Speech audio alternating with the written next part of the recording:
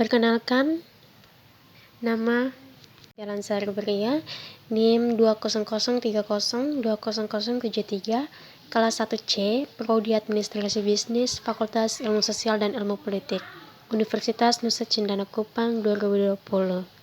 Di sini saya akan mereview buku yang ke-12. Tujuan saya membuat video ini untuk memenuhi tugas mata kuliah sosiologi.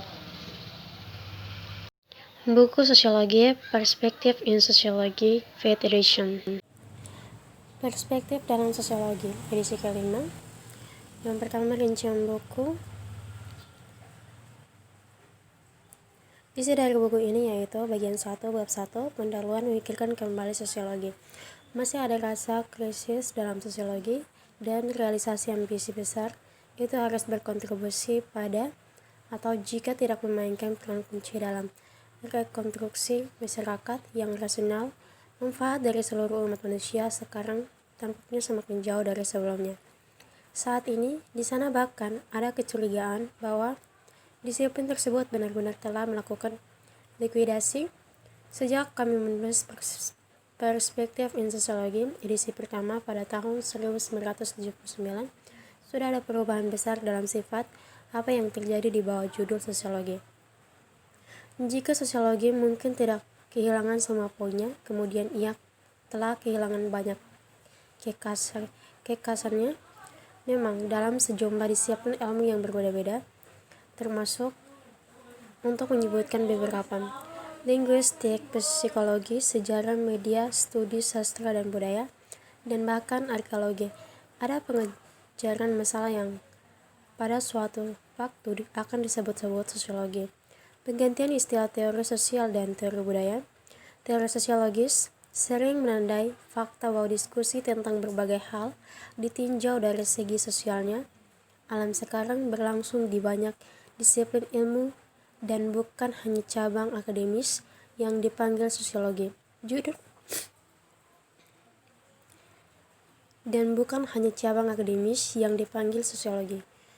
yang lebih baik untuk edisi kelima ini mungkin kemudian menjadi Perspektif in Social teorinya, karena pasti beberapa karya terbaru yang akan kita ulas dikerjakan oleh para filsuf daripada sosiolog. Pekerjaan ini sangat berpengaruh pada sosiologi itu sendiri. Banyak kecenderungan telah memunculkan perkembangan saat ini, hadir setidaknya dalam bentuk yang baru lahir. Ketika edisi pertama keluar, saat itu mereka hanya marginal. Sekarang mereka telah meningkat ke status yang dominan dan menjadi besar, pengaruh internasional dan interdisipliner. Untuk memberikan penjelasan yang tepat tentang ini, kecenderungan dan beberapa pemahaman tentang alasan filosofis dan teoritis mereka signifikasi, kami harus menyusun kembali seluruh bentuk buku di edisi sebelumnya. Itu perspektif yang dijelaskan dalam 3 edisi pertama sama sekali tidak hilang sama sekali dari adegan sosiologis atau bahkan intelektual yang lebih luas.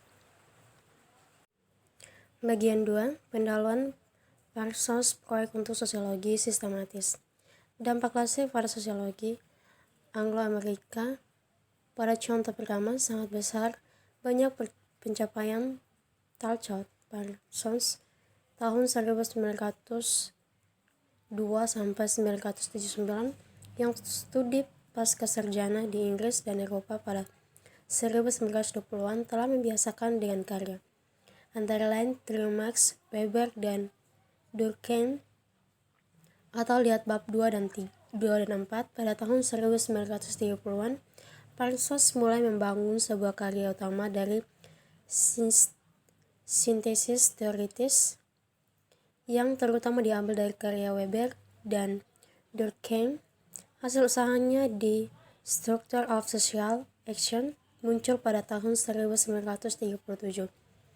Karya sebagian besar terdiri dari presentasi 4 pemikir, 2 diantaranya Alfred Marshall, ekonom, dan Vilfredo Pareto, ekonom atau sosiolog. Belum menikmati signifikansi berkelanjutan seperti itu untuk sosiologi. Buku ini menyediakan dunia sosiologi berbahasa Inggris dengan pengajian pertama yang disignifikan dan sistematis dari gagasan Weber dan Durkheim. Kami telah menyebut di atas di bab 2 bahwa Parsons juga akrab dengan Marx, bekerja dan bahkan bersimpati pada beberapa pandangannya. Bagaimanapun, Marx dengan sengaja dikecualikan dari sintesis besar Parsons. Parsons mengakui bahwa Marx adalah seorang yang hebat pemikir, tetapi berpendapat bahwa dia tetap teguh dalam cara abad ke-19 yang berlaku berpikir dalam ilmu sosial, sementara Weber dan Durkheim sebaliknya berkontribusi untuk memecahnya. Salah satu sasaran untuk kritik Parsons adalah utilitarianisme, yang seperti yang kita lihat diskusi kita tentang Durkheim, lihat bab 4, melibatkan gagasan bahwa tindakan orang mengikuti tujuan-tujuan praktis yang mendasar dan bahwa pikiran manusia pada dasarnya adalah mekanisme untuk menghitung cara paling efektif untuk mendapatkan hasil yang paling memuaskan. Ini gambar menangkap esensi ekonomi di mana manusia ekonomi atau homo economicus adalah seseorang individu dengan serangkaian keinginan yang jelas dan kapasitas ekonomi untuk memenuhi beberapa dari mereka. Dia kemudian mencari cara untuk mendapatkannya, yang paling memuaskan bermacam-macam barang dari segi sumber daya yang tersedia. Dalam membangun teorinya di atas asumsi ekonomi yang rasional dan memaksimalkan individu seperti itu sedang dibangun di atas model yang sangat terbesar luas dalam pemikiran sosial sebelum abad ke-20. Model ini, sebagai dicatat sebelumnya, menemukan ekspresi yang paling eksplisit dan dalam beberapa hal paling penting kembali di abad ke-17 dalam Thomas Hobbes Lefton 1994. Secara singkat, argumen Hobbes adalah bahwa manusia adalah makhluk hidup yang egois, dunia dengan kepuasan yang langka.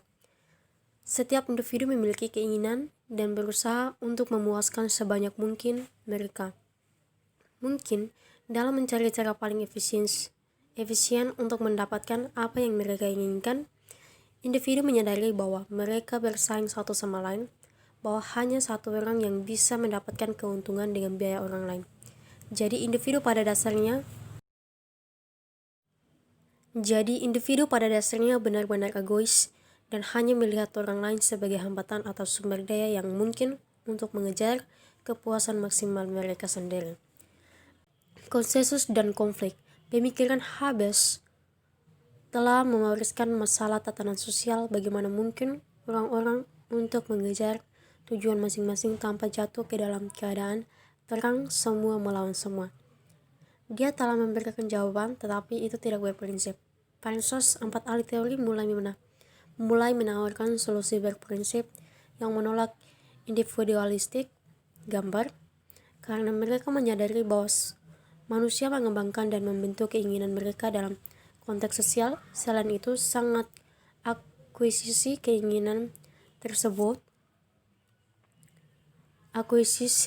keinginan tersebut dimungkinkan oleh para tatanan sosial dengan apa yang disebut Durkheim sebagai tatanan moral.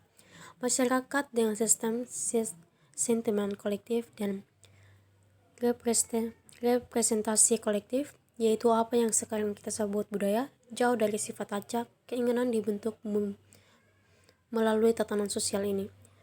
Individu keinginan seringkali umum dan dibagikan. Selain itu, dalam dibagikan, mereka dipandang benar dan keinginan yang pantas untuk dimiliki oleh siapapun. Dengan kata lain, mereka memiliki karakter moral. Dengan cara ini, Weber misalnya memberikan konsepsi kapitalisme yang sangat berbeda. Dengan sejauh ini, Marx mengemukakan sifat moral yang menekankan pada disiplin keras bekerja. Di kapitalisme, penekanan ini berasal dari agama dan keinginan untuk keselamatan, bukan dalam perhitungan keuntungan materi. Sekian dari review buku ke-12. Terima kasih.